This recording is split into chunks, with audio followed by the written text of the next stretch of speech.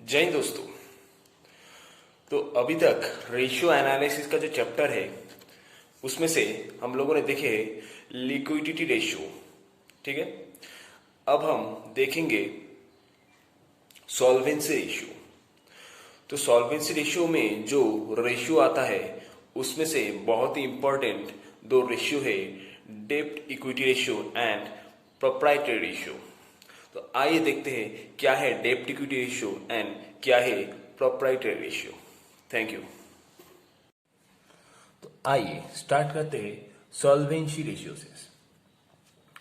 तो रेशियो का जो चैप्टर है उसमें से सिर्फ फॉर्मूला रटने से नहीं चलेगा, उसको कंसेप्चुअली एंड लॉजिकली समझना भी पड़ेगा। ठीक है, तो हर एक रेशियो का कॉन्सेप्ट मैं आपको समझाते जाऊंगा एक के बाद एक।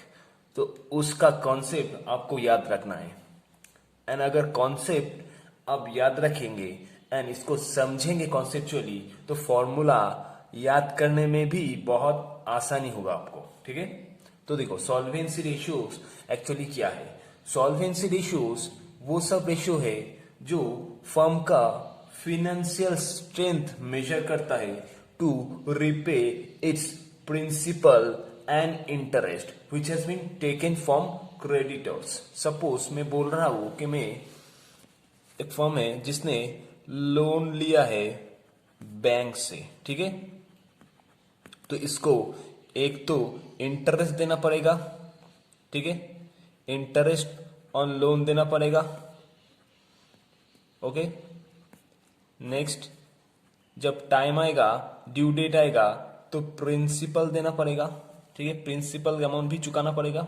ओके, तो एक फर्म का जो एबिलिटी है, उसका कैपेबिलिटी है या फिर फिनेंशियल स्ट्रेंथ है टू रिपे इस interest on loan and principal. ठीक है, इन लोन का दोनों पोर्शन होता है, इंटरेस्ट पोर्शन होता है एंड प्रिंसिपल पोर्शन होता है।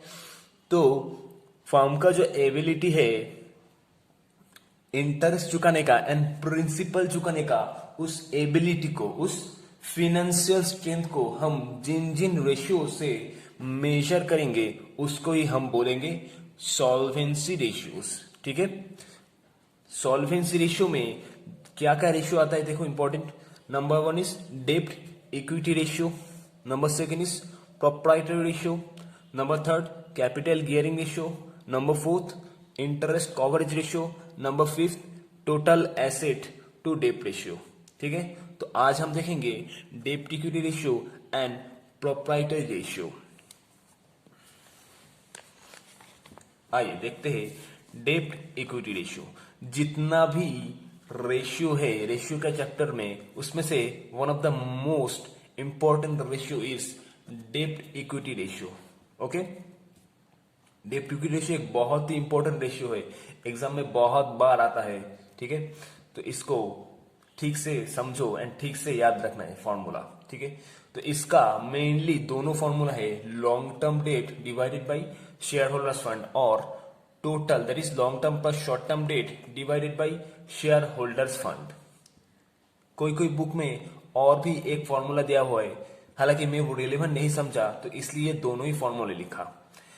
ये जो दोनों फॉर्मूला है इसमें से यही सबसे ज्यादा लॉजिकल है, long term debt divided by share holders fund. Okay, तो इसी के ऊपर मैं चर्चा करूंगा एंड इसको एग्जाम्पल लेके ही इसके ऊपर सम्स में एक सॉल्व करवाऊंगा। ओके, तो डेब्ट इक्विटी रेशियो का फॉर्मूला क्या है, long term debt divided by share holders fund. Okay, तो अब मेरे को समझना पड़ेगा क्या है लॉन्ग टर्म डेट। बहुत सारे स्टूडेंट को पता है ऑलरेडी क्या है long term date. Long term date मतलब जो लॉन्ग टर्म लोन हम आउटसाइड से लिया हुआ है, जैसे कि debenture, bonds, loan from financial institution जैसे कि हो गया बैंक। ठीक है, ये सब जो लोन मैंने मार्केट से लिया हुआ है as a form of capital, this is known as long term डेब्ट। Got it. अब शेयर होल्डर्स फंड क्या हो गया, what is share holders fund, इसको भी याद रखने का दरकार है। शेयर होल्डर्स फंड बहुत ही इंपॉर्टेंट कॉन्सेप्ट है, शेयर होल्डर्स फंड। ओके, तो शेयर होल्डर्स फंड इसको हम प्रोप्राइटर्स फंड या फिर इक्विटी भी बोल सकते हैं। ओके, तो तो share holders fund balance sheet का दोनों साइड होता है, liability side and asset side. तो दोनों साइड से ही हम इसको कैलकुलेट कर सकते हैं। ओके, तो देखो इसका लाइबिलिटी साइड में से क्या फॉर्मूला होता है।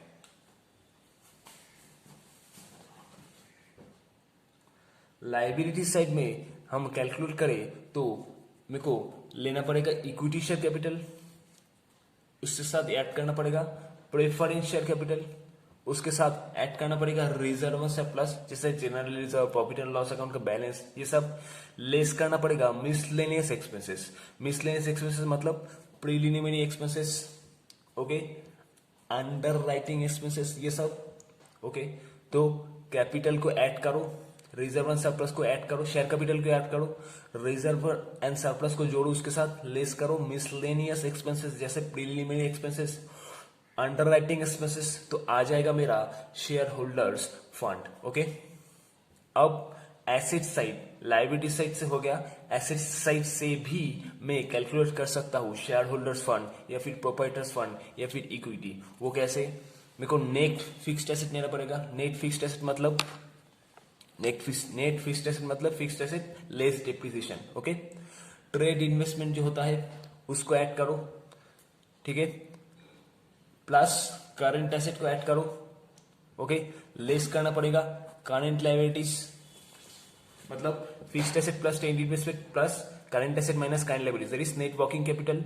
Fixed asset plus trade investment plus net working capital आ जाएगा कैपिटल एम्प्लॉयड। ओके, इसके साथ जो लेस करना पड़ेगा वो है मेरा लॉन्ग टर्म डेट, जैसे कि मैंने बोला loan, like issue of debentures, loan taken for bank. Okay, तो आ जाएगा share holders fund calculated from the asset side of a balance sheet. Okay, तो इसको याद रखना जरा, liability side and asset side दोनों साइड से हम कैलकुलेट कर सकते हैं शेयर होल्डर्स फंड या फिर प्रोप्राइटर्स फंड या फिर इक्विटी। हो गया मेरा कैलकुलेशन। तो हम लॉन्ग टर्म डेब्ट क्या है देख लिए, शेयर होल्डर्स फंड क्या है देख लिए। लॉन्ग टर्म डेब्ट divided by share holders fund आ जाएगा मेरा डेब्ट इक्विटी रेशियो का फॉर्मूला। ओके, अब ये रेशियो का सिग्निफिकेंस क्या है, ये रेशियो इंडिकेट क्या करता है, ठीक है। तो देखो ये रेशियो मेनली इंडिकेट करता है the relationship between long term डेब्ट and share holders fund. Okay, मतलब margin of safety creditors of a firm का कितना है वही ये रेशियो इंडिकेट करता है। सपोज मेरा लॉन्ग टर्म डेट, सपोज मेरा लोन है 2 लाख का, ठीक है, 2 लाख नहीं, इसको 10 लाख कर देते। लोन है मेरा 10 लाख का। अब मेरा share capital plus general reserve that is share holders fund है, सपोज ये कर देते 5 लाख। ओके, ठीक है, तो जो लोन है 10 लाख का उसके अगेंस्ट मेरा शेयर होल्डर्स फंड कितना है कंपनी का, इसका ही मेजर है डेब्ट इक्विटी रेशियो। ये हो गया SC plus ZR that is share capital plus general reserve is my equity of a company as against my long term debt कितना है 10 लाख।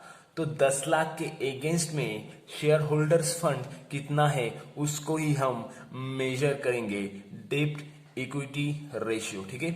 तो ये ऑब्वियस सी बात है, इस लोन के अगेंस्ट में ये दैट इज इक्विटी या फिर शेयर होल्डर्स फंड जितना ज्यादा होगा, इस लोन जिससे हम लिए थे दैट इज बैंक या फिर डिवेंचर होल्डर जो भी हो, उसका मार्जिन ऑफ सेफ्टी ज्यादा होगा, क्योंकि कंपनी के पास share capital plus general reserve अगर ज्यादा होगा तो इसको लोन को पे ऑफ करने का जो फाइनेंशियल स्ट्रेंथ है कंपनी का वो ज्यादा होगा, ठीक है। ये अगर 5 लाख के जगह 8 लाख होता तो margin of safety to creditors that is long term creditors और भी ज्यादा होता, ठीक है। ये अगर 5 लाख के जगह 8 लाख होता तो मार्जिन ऑफ सेफ्टी लोन जिससे हम लिए थे उसके और भी ज्यादा होता, क्योंकि कंपनी के पास शेयर होल्डर्स फंड और ज्यादा है, मेरे पास और पैसा है लोन वापस करने के लिए, ठीक है। मार्जिन ऑफ सेफ्टी मेरे पास बहुत और भी ज्यादा है ओके, तो यही है डेब्ट इक्विटी रेशियो का सिग्निफिकेंस।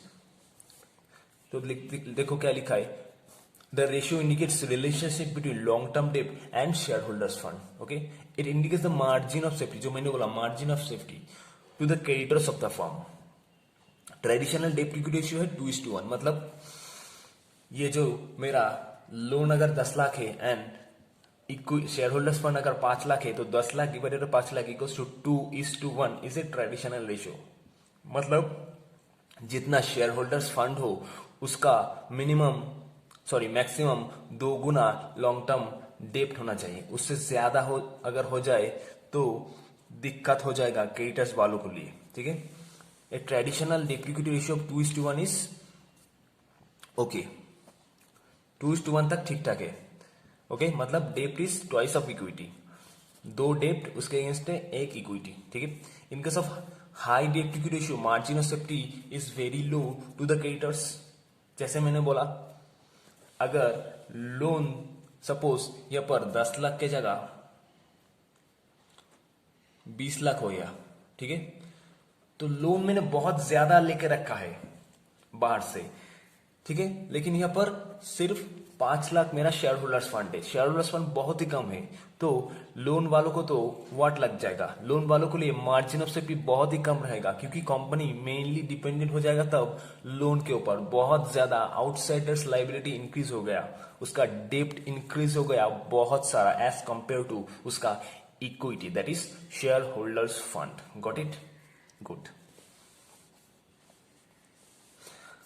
एंड अगर ऑब्वियसली अगर लो डेब्ट इक्विटी रेशियो होगा तो रिलेटिवली सेफर पोजीशन होगा, मार्जिन ऑफ सेफ्टी ज्यादा होगा, किसके लिए? क्रेडिटर्स के लिए। ये ऑलरेडी मैं बोल चुका हूं। ठीक है, तो यही है डेब्ट इक्विटी रेशियो का सिग्निफिकेंस। तो इसके ऊपर आइए करते हैं एक सम्स।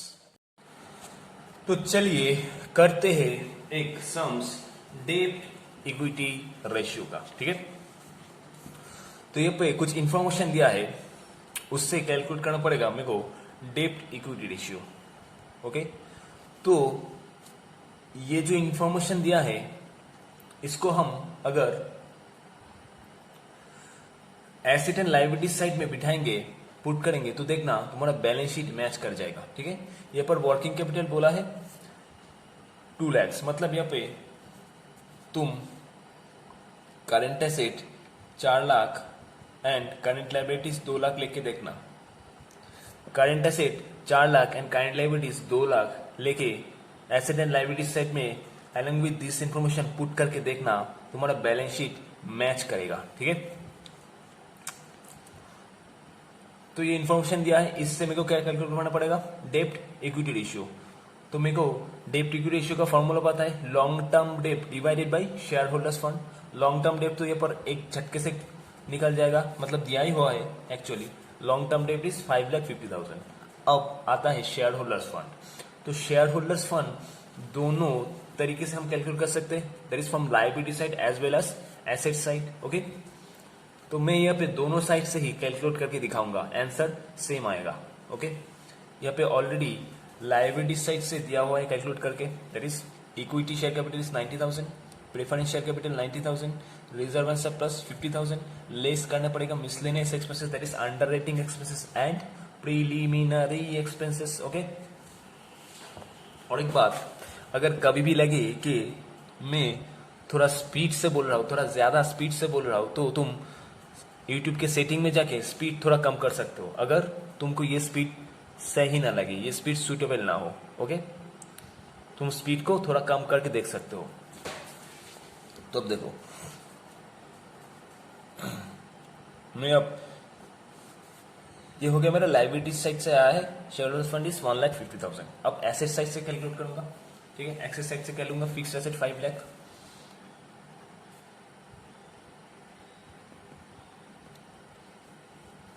एड वर्किंग कैपिटल लेना पड़ेगा, मैंने बोला था, that is current asset minus current liabilities. Working capital दिया हुआ है 2 लाख। ठीक है, तो ये हो गया मेरा 7 lakh, less long term debts, less LTD, that is मैं शॉर्ट फॉर्म में लिख रहा हूँ, एग्जाम में ठीक से लिखना तुम, LTD, that is long term debts, 5,50,000. Okay, that is 1,50,000. तो देखो मैच कर गया मेरा. 1,50,000 is my share holders fund. अब लॉन्ग टर्म डेट मेरे को पता है 5,50,000, तो लिख देंगे date equity ratio equals to 5,50,000, that is my long term debt, divided by 1,50,000. Okay, ठीक है.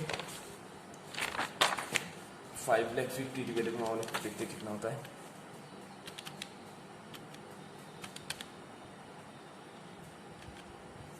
3.67:1 equals to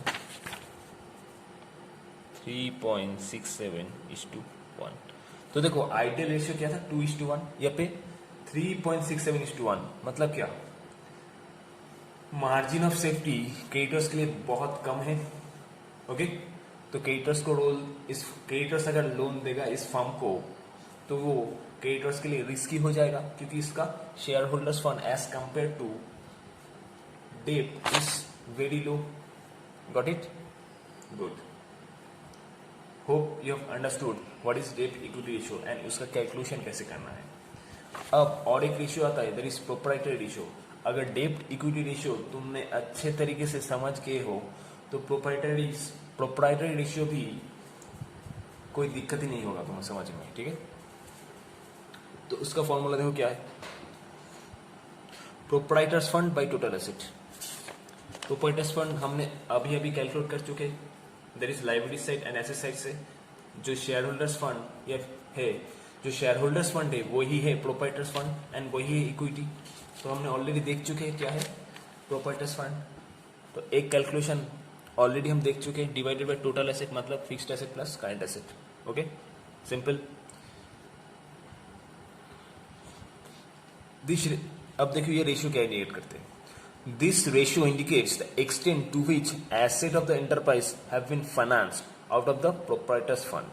मतलब देखो क्या, सपोज मेरे को एसेट खरीदना है. एसेट फिक्स्ड एसेट भी हो सकता है एंड करंट एसेट भी हो सकता है. तो मेरे पास शेयर कैपिटल से जो पैसा है उससे मैं खरीद सकता हूं. मेरे पास जो लोन लिया है आउटसाइड से, दैट इज डिवेंचर इशू करके या फिर बैंक से लोन लिए, उससे भी मैं एसेट खरीद सकता हूं.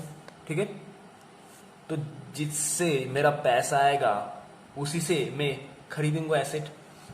That is by way of issue of share capital और by way of taking loan. ठीक है, तो ये रेशियो क्या इंडिकेट करते हैं कि प्रोप्राइटर्स फंड से कितना एसेट मैंने खरीदा है. समझ में आई बात? इसीलिए तो रेशियो है proprietors fund divided by total asset. मतलब प्रोप्राइटर्स फंड के साथ टोटल एसेट का जो रिलेशनशिप है वही ये इंडिकेट कर रहा है. Okay, this ratio indicate the extent to which asset of the enterprise has been financed. मतलब सिंपल सी बात, एसेट कितना खरीदा है. ठीक है, out of proprietors fund. Proprietors fund से कितना एसेट मैंने खरीदा है उसको ही हम बोल रहे हैं प्रोप्राइटरी रेशियो.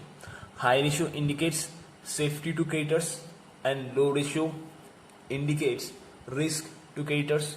मतलब प्रोप्राइटरी रेशियो जितना ज्यादा होगा, इसका सिंपल सा मतलब प्रोप्राइटर्स फंड जितना ज्यादा होगा क्रेडिटर्स के लिए मार्जिन ऑफ सेफ्टी उतना ज्यादा होगा. ये तो हमने डेब्ट इक्विटी रेशियो में भी देखे थे.